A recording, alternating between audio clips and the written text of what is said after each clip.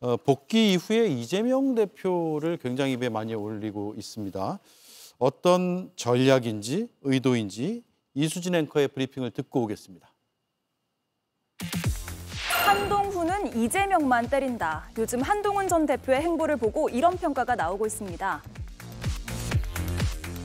이재명 대표는 개헌 논의는 아직 때가 아니다라는 좀 피하는 모양새거든요. 그분은 5년 동안 범죄 혐의를 피하고 싶은 것 아니겠습니까? 그분의 문제는 그렇게 헌법을 지키려는 게 아니라 자기 몸을 지키려는 것이다. 네, 지난주에 발간한 저서에서도 한 챕터를 할애해서 이재명 대표를 비판했습니다. 오늘 페이스북에는 이재명 대표가 띄운 상속세 완화 기조에 대해 어느 쪽이 진심인지 모르겠다라고 적기도 했습니다. 1등을 때리며 2등이 된다. 광고 업계에선 이걸 2등 전략이라고 부르기도 하죠. 그런데 이 2등 전략의 한계는 2등 이상으로 올라가기가 어렵다는 겁니다. 한동훈 대표가 지금의 전략으로 얻을 수 있는 건 무엇일까요? 예, 현장의 취재 기자들의 질문도 이재명 대표는으로 시작하는 질문이 꽤 많고요. 그래서 자연스럽게 거론은 될 텐데 한동훈 대표 스스로도 페이스북에 글에 이재명 대표 얘기를 쓰고 또 책에도 많이 등장하고요. 그래서 이재명 대 한동훈 이 1대1 구도에 신경을 많이 쓰고 있는 것 아니냐 이런 인상을 받았습니다. 맞나요? 그렇죠, 뭐. 그럼 누구든지 알 수 있는 거 아니겠습니까? 지금 한동훈 대표로서는 한동훈 대표의 가장 큰 장점, 강점 이것은 이재명 대표와 맞서서 싸울 수 있는 우리 국민의힘 후보가 누구냐라고 따져봤을 때 한동훈이 제일 경쟁력이 있지라는 그런 이미지를 확고하게 만들어내는 것, 그게 굉장히 중요하죠. 예. 예를 들면 뭐 이재명 대표와 비교해 본다면 일단 나이 면에서 있어서도 지금 현재 거론되고 있는 유력 후보들 중에서 가장 나이가 젊잖아요. 예를 들면 김문수 후보 같은 경우는 이제 51년생이시니까 74세, 그다음에 뭐 또 홍준표 후보께서도 70대이시고 그리고 오세훈 후보도 60대이시니까 그런 면에서 본다면 50대 초반인 자기가 이재명 대표와 비교해 봤을 때 가장 젊고 역동적인 그런 후보의 이미지를 만들어낼 수 있는 거고요. 또 흠결 있는 후보와 흠결 없는 후보라는 측면에서도 이재명 대표가 뭐 여러 가지 뭐 과거에 지금 재판을 받고 있는 일이라든가 혹은 또 전과라든가 이런 것들을 따져본다면 거기에 가장 대비되는 후보가 누구냐 뭐 이런 것들을 자기의 강점으로 내세울 수밖에 없는 게 사실이죠. 그리고 또 과거 법무부 장관 시절에 1대 180이라는 얘기를 들었을 정도로 그 사안에 대한 아주 순발력 있는 대처 그리고 어떤 뭐랄까 공격력 이런 것들을 갖고 있기 때문에 아마 한동훈 대표로서는 이재명 대표 싫으시죠? 그러면 제가 맞서 싸우겠습니다. 뭐 이런 이미지를 만들어내려고 하는 거겠죠. 한동훈 대표의 전략이 지금 다 나왔네요. 예. 근데 뭐 이거는 다 예측했었던 거고요. 왜 그러냐면 뭐 제가 탄핵 훨씬 이전에 이런 얘기를 보수적인 분이 저한테 얘기하더라고요. 한 윤석열 대통령 출범하고 한 2년 정도 됐을 텐데 민주당의 대통령 후보는 상수고 국민의힘 대통령 후보는 변수 아니냐 이렇게 얘기하시더라고요. 그러니까 왜냐면 이제 이재명 대표라고 확정적이고 우리는 변수인데 넣어봐서 이재명 대표에게 가장 경쟁력인 사람을 우리는 택할 수밖에 없다. 그러면서 그분이 그때 재밌는 거는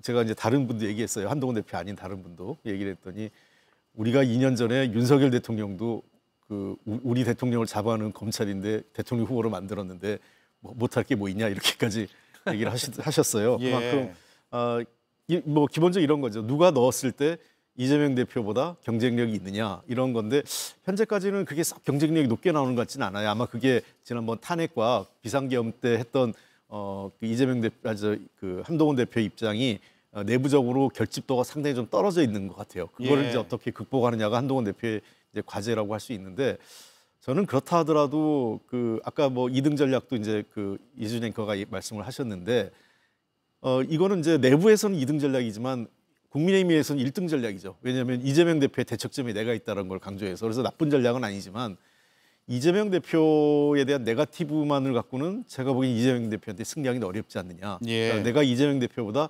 비교의가 뭐가 있는지 정책이나 또는 지금 아마 국민들이 가장 최근에 여론조사 나온 내용을 보면 가장 필요로 하는 게 어떤 헌법 준수, 그러니까 법을 지키려고 하는 거냐 대통령 후보가 그리고 공정한 사람 그다음에 경제 문제를 해결할 수 있는 역량 이런 등등의 것을 굉장히 요구하는 것 같아요. 국가적 위기가 있기 때문에 그런 것 같습니다. 그런 측면에서 한동훈 대표가 이재명 대표 때리기를 하는 거는 초기에는 좀 효과가 있을지 모르겠지만 계속해서 이것만 가면 굉장히 식상해질 거다 이렇게 생각을 해요. 예. 한동훈 대표가 공개적인 석상에서 어떤 행보를 하는 것은 76일 만이라고 언론에서 지금 보도를 하고 있는데 제2연평해전 관련 연극을 관람을 했잖아요. 그 자리에서 이런 발언을 했는데 한번 들어보시죠.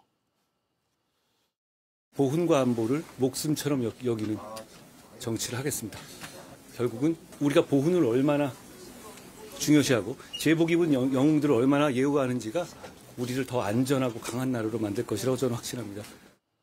네, 보수의 정통적인 어젠다죠. 맞습니다. 예, 그래서 이 연극을 선택한 건가요? 원래는 이제 김한나 씨, 고 한상국 상사의 부인인 김한나 씨가 지난번에 대표 경선 때 한동훈 대표의 후원회장이셨어요. 그리고 그 이후에도 한상국 상사의 책을 내는데도 한동훈 대표가 도움을 줬고, 예. 그다음에 이른바 김한나법이라고 얘기하는 전사자나 순국한 분들에 대한 처우를 개선하는 데 있어서 그 법안을 또 대표 때 통과를 시켰거든요.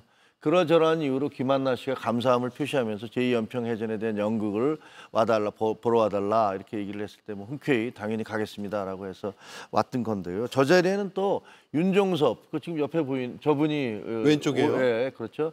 화면 왼쪽에 보면 윤종섭 천안함 조사 단장이세요. 저분이 쌍끌이 어선을 통해서 어뢰를 북한 소행이라는 것들을 확인해낸 그분인데. 저분께서도 이제 함께 오시면서 그러더라고요. 최근에 일련의 사태로 인해서 군인들의 명예와 자존심이 땅에 떨어졌다. 비상계엄 사태를 얘기하는 거겠죠. 그런데 한동훈 대표가 지난번에 만났을 때 그런 부분들에 대해서 군에 제복 입은 사람들의 명예 이런 것들을 얘기해 줘서 너무 고마웠다라고 얘기하면서 나도 이 연극을 함께 보겠다라고 해서 오셨거든요. 그러니까 저희로서는 이제 보수 진영의 어떤 전통적인 어젠다 그리고 그런 것들에 좀 어필하고 싶은 의도가 있는 것은 분명한 거고요. 한동훈 대표에 대해서 일부 극단적인 분들은 저 사람 빨갱이다, 예. 좌파다 이런 얘기를 당내에서요. 하시니까 당내에서 사실은 정말 너무 터무니없는 얘기지만 그런 것들에 대한 보란 듯이 이래도냐라는 어떤 그런 사인이기도 하겠죠. 예. 자, 오늘 국민의힘 의원들이요. 당 지도부에서 박근혜 전 대통령 예방을 했는데 그리고 나서 박근혜 전 대통령이 어떤 이야기를 했는지에 대해 신동욱 수석 대변인이 전했는데 이거 듣고 나서 제가 홍익표 대표께 질문을 드릴게요. 들어보겠습니다. 어려울 때는 대의를 위해서 마음을 하나로 모으는 것이 중요하다.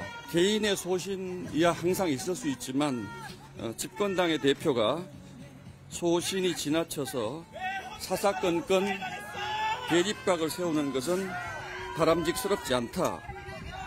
힘을 합쳐야 한다. 개인 행동이 지나치면 상황을 더 어렵게 할 수 있다. 이런 말씀도 주셨습니다. 예, 앞서 1대1 구도를 이재명 대표와 만드는 전략, 또 안보를 강조하는 행보. 그런데 당내에서 말씀하신 대로 심하게는 빨갱이 아니냐 이런 목소리가 나올 정도라고 하는데 박근혜 전 대통령의 메시지를 보면 집권당의 대표가 소신이 지나쳐서 사사건건 대립각을 세운 것은 바람직하지 않다. 저는 머릿속에 한 2명 정도 떠올랐는데 그중에 한 명은 한동훈 대표라고 해석할 수 있을까요? 그렇죠. 2명 저희 다 알지 않습니까? 한 분은 유승민 대표일 것 같고 예. 한 분은 한동훈 대표일 것 같은데 저는 당연히 이제 박근혜 전 대통령 입장에서 이런 얘기를 할 수 있겠죠. 근데 한동훈 대표가 이런 게 너무 연연할 필요는 없다고 생각을 해요. 저는 도리어 우리 김채고 의원님도 계시니까 한동훈 대표한테 전략을 하나 말씀드리면 저는 2대1 전략을 했으면 좋겠어요. 보수적 어젠다 2개에 도리어 약간 중도적 진보적 어젠다를 하나씩 끼우는 그런 걸 하는 게 훨씬 더 효과가 있을 거예요. 2개에 하나씩 낀다. 예, 그렇습니다. 예. 그러면 지금 특히나 한동훈 대표가 선거를 치를 땐 2가지 방식이거든요. 자기의 장점을 극대화할 거냐, 나의 약점을 보완할 거냐. 그런데 한동훈 대표의 약점 중에 하나는 국정 운영 경험이랄까, 또는 경제 쪽 이런 쪽에 대해서 검찰만 오래 있었으니까 예. 그런 거에 과연 제대로 국가 운영을 할 수 있는 실력이 있을까 하는 문제이기 때문에 저는 도리어 그런 쪽의 경제 문제나 이런 쪽에 약간 그 진보적 어젠다까지 포괄하는 그런 것들을 제시하는 것들이 저는 훨씬 더 필요하다. 저는 뭐 더군다나 그 한동훈 대표 입장에서는 정치를 길게 할 생각이라면 그런 쪽으로 가는 게 더 좋겠고요. 저는 저게 굉장히 그렇게 좋은 모습은 아니에요. 전직 대통령 찾아가서 저 중에는 몇 분은 탄핵에 가담했던 분도 계신데. 그렇죠. 탄핵 소추 위원장도 있나요? 예. 그런 분도 계신데 이제 와서 이제 또 가서 저렇게 하는 거. 그리고 윤석열 대통령이 바로 특검으로 수사했던 검사안이었어요. 이런 것들이 굉장히 정치적으로 좀 아이러니인데 어찌됐든 당으로서는 지금 모든 분들이 통합하고 하나의 목소리로 가겠다 이런 얘기를 내는 거는 국민의힘으로서도 뭐 불가피함이 있다고 생각을 하지만 예. 저런 모습이 당의 지지를 올리거나 또는 그 외연 확장에는 그다게 효과가 있다고 생각하지는 않습니다. 예. 그럼에도 불구하고 저 메시지가 신경이 안 쓰일 수도 없을 것 같고 왜냐하면 당내에서는 조기 대선이 치러진다면 경선을 치를 수밖에 없는 상황이니까 어떠세요?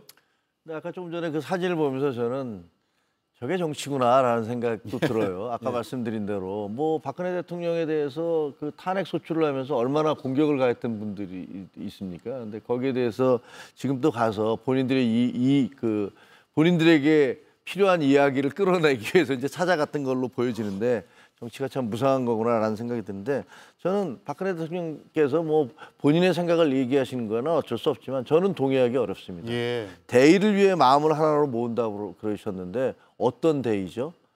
비상경을 한 것이 대의인가요? 저는 그렇게 생각하지 않습니다. 그거는 박근혜 대통령께서 말씀하시는 대의를 위해서 마음을 하나로 모은다는 것은 우리가 예를 들면 똘똘 뭉치고 있어야 그래야 집권을 할 수 있다라는 그런 취지이신 것 같아요. 예. 그런데 저는 똘똘 뭉쳐만 있으면은 안 되고요. 중간 지대를 우리가 끌어올 수 있어야 됩니다. 그리고 제대로 된 명분과 그리고 설득력이 있어야 되는데 지금 보이는 모습으로 우리가 과연 설득력을 가질 수 있을까? 지금 뭐 여론조사에서 계속 나오고 있지만 중간 지대에 있는 사람들이 그 등을 돌리고 있는 거 아니에요?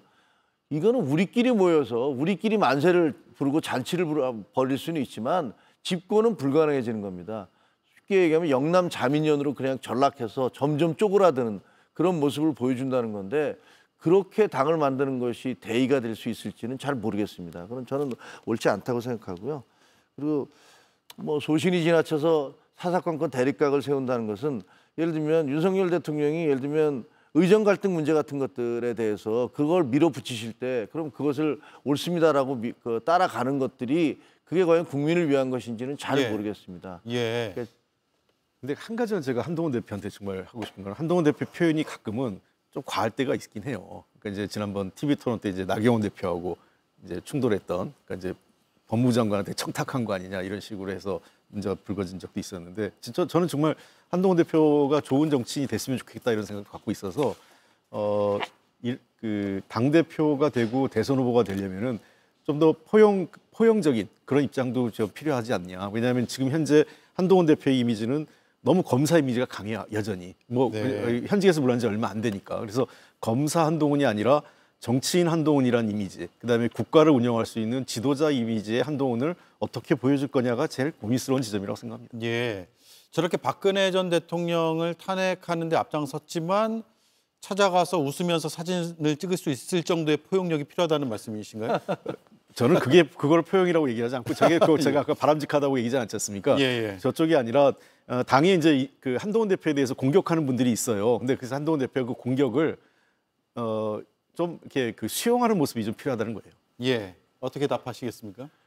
그거는 모든 정치인에게 다 맞는 말씀인 것 같아요. 정치인이 좀 더 유연하고 포용력 있는 모습을 보여주는 건 굉장히 중요하다고 생각을 해요.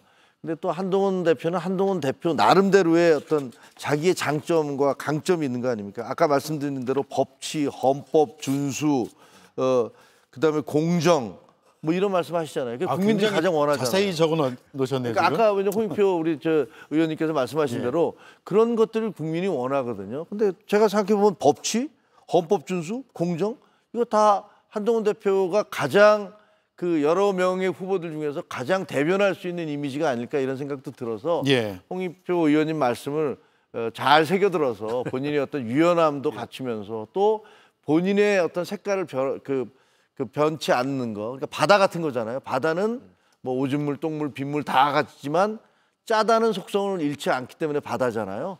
뭐 그런 정치인이 되는 게 필요하겠다. 그것은 뭐 한동훈 대표뿐만 아니라 우리 모두에게 정치라는 모두에게 해당되는 것이다라고 생각합니다. 알겠습니다.